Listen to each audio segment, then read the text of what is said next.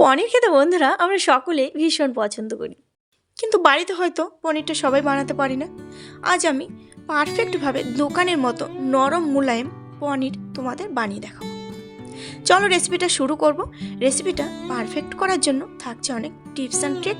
আচ্ছা, dream kitchen with village ফুডের নতুন একটা রেসিপিতে তোমাদের সবাইকে জানাই অনেক অনেক স্বাগত। আমার আজকের রেসিপি পনির। তো চলো বন্ধুরা রেসিপিটা শুরু করছি। আর প্রথমেই দেখো এখানে নিয়েছি আমি 1 লিটার গরুর দুধ। তবে ফুল মিল্ক যে দুধ হয় সেটাই নেওয়ার চেষ্টা করবে, দোকান থেকে তোমরা কিনেও নিতে পারো। দুধটা প্রথমে আমি কড়াইতে ঢেলে দিলাম। এবার খুব ভালোভাবে দুধটাকে আমি 2-3 মিনিট জাল করে নেব। তবে খুব বেশি জাল করার দরকার নেই, 2 মিনিটের মতো জাল করে নিলেই হয়ে যাবে। 2 মিনিট হয়ে গেছে, দুধটাকে নামিয়ে নিয়েছি। আর এবারে আবার 2 মিনিটের মতো দুধটাকে আমি একটু ঠান্ডা করে নেব, কারণ দুধটা থেকে যখন আমি ছানা কাটবো একটু ঠান্ডা করে নিলে ভালো হয়। ছানা কাটার জন্য আমি দেখো একটা পাত্রের মধ্যে 2 চামচ ভিনিগার, 2 চামচ জল একসঙ্গে মিশিয়ে নিয়েছি। এবার অল্প অল্প করে এই মিশ্রণটা দিয়ে ছানাটা কেটে নেব।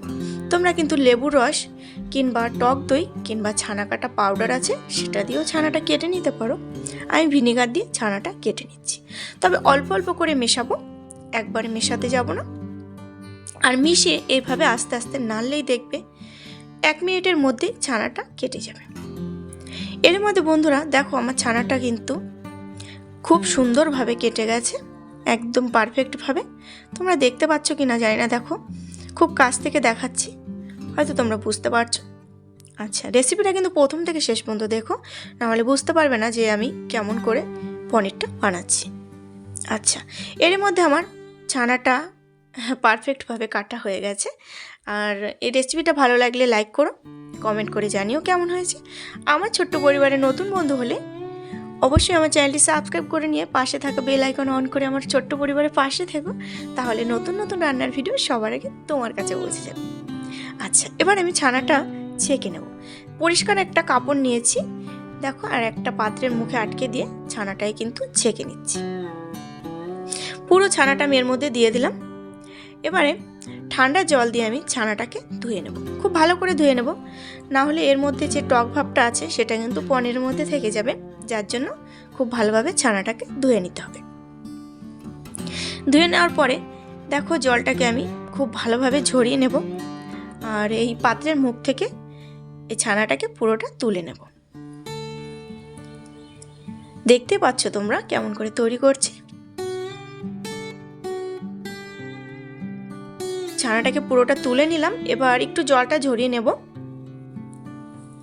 আর দেখো একটা থালা নিয়েছি, এই থালাটার উপরে ছানাটাকে আমি খুব ভালোভাবে দেখো বসিয়ে দিলাম।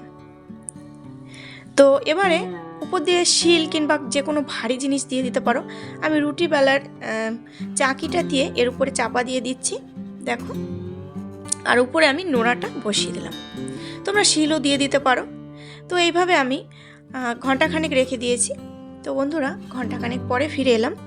আর দেখো কতটা জল বেরিয়েছে পনিরটা দিয়ে, আর পনিরটাও খুব ভালোভাবে সেট হয়ে গেছে। তো চলো এবার তোমাদের খুলে দেখিয়ে দিই কেমন হয়েছে।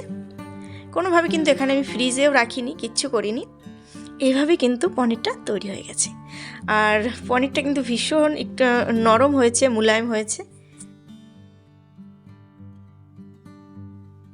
ফ্রিজে যদি আধ ঘন্টার মতো রাখো দেখবে একটু শক্ত হয়ে যাবে। এখন কিন্তু খুব নরম রয়েছে পনিরটা, একদম দোকানের থেকেও নরম হয়েছে। তো আমি ছোট ছোট টুকরো করে কেটে তোমাদের একটু দেখিয়ে দিচ্ছি। তোমরা বাড়িতে এইভাবে তৈরি করবে, দেখবে একদম দোকানের থেকেও নরম হবে পনির, আর খেতেও হবে দারুণ সুস্বাদু। তো তোমাদের একটু কেটে দেখিয়ে দিচ্ছি, দেখ কতটা সুন্দর হয়েছে। তো রেসিপিটা কেমন লাগলো বন্ধুরা অবশ্যই কমেন্ট করে জানিও, লাইক করে দিও। তোমরা লাইক করলে ভিডিও করার ভীষণ উৎসাহ বাড়ে। তো তোমরা বাড়িতে কিন্তু ট্রাই করো, এইভাবে দেখবে খুব সুন্দর পনির তৈরি করতে পারবে। আর আমি একটা প্লেটের মধ্যে এবার তুলে নিয়ে তোমাদের দেখাচ্ছি। 1 কেজি গরুর দুধে আমার এতটাই পনির তৈরি হয়েছে। আর বন্ধুরা, আমার ছোট্ট পরিবারে নতুন বন্ধু হলে অবশ্যই কিন্তু আমার চ্যানেলটি সাবস্ক্রাইব করে নিয়ে পাশে থাকা বেল আইকন অন করে আমার পাশে থেকো। আর যদি তোমরা নতুন কোনো রান্নার ভিডিও দেখতে যাও অবশ্যই কিন্তু আমাকে কমেন্ট করে জানিও, আমি চেষ্টা করব সেই রান্নার ভিডিওগুলো তোমাদের দেওয়ার।